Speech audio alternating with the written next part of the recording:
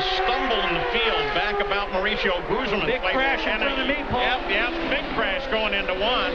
Mark Blundell and Helio Castroneves, it appears to be. It is Castroneves. Is the other car? Yeah, it's Mark Blundell and Castroneves. Yeah. It's in turn one. So now if there were any question at all for fuel for anybody, that's gone. Is Helio Castroneves okay? They're both conscious. Already there. We saw them both moving. I saw Castroneves pushing some of the bodywork out of the cockpit. We could see from the onboard of Blundell that his hands were moving on the steering wheel. Boy, that did an enormous amount of damage to the right side of Penske's Reynard there for Helio Castroneves.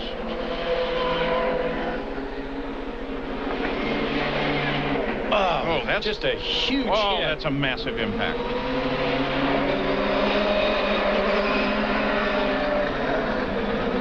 Castroneves catches the wall about 4 different times as it comes to a stop.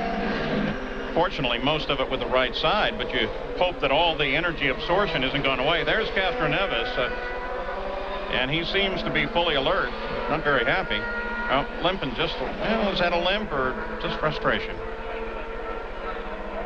You forget sometimes how fast these cars are going until you see an accident like that. TV slows everything down, the drivers, the fans, crews get used to see them going by at 185 miles an hour.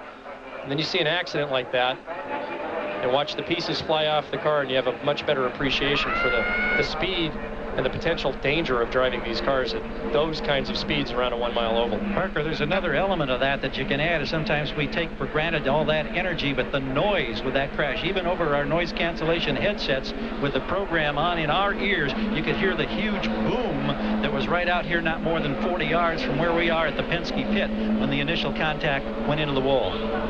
You know, I was just thinking exactly the same thing. I could hear it up in the booth, which has to be a good quarter mile away. They're still working on Mark Blundell.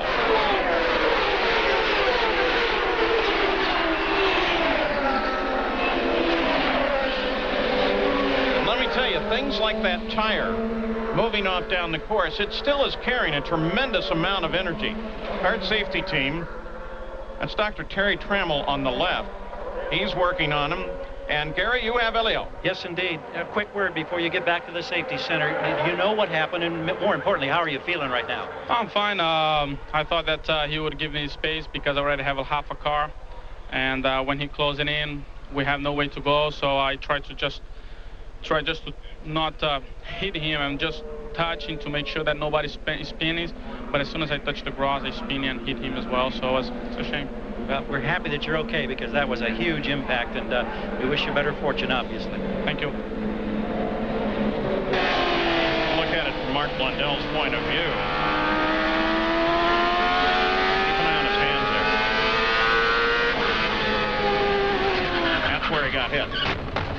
And I tell you, that's the mark of an experienced driver. You see him pull his hands away just before he hit the wall.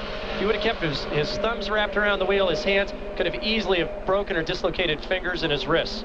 Very, very smart move there by Mark Blundell just before the contact. Okay, watch his hands right here. Watch him pull away just before contact.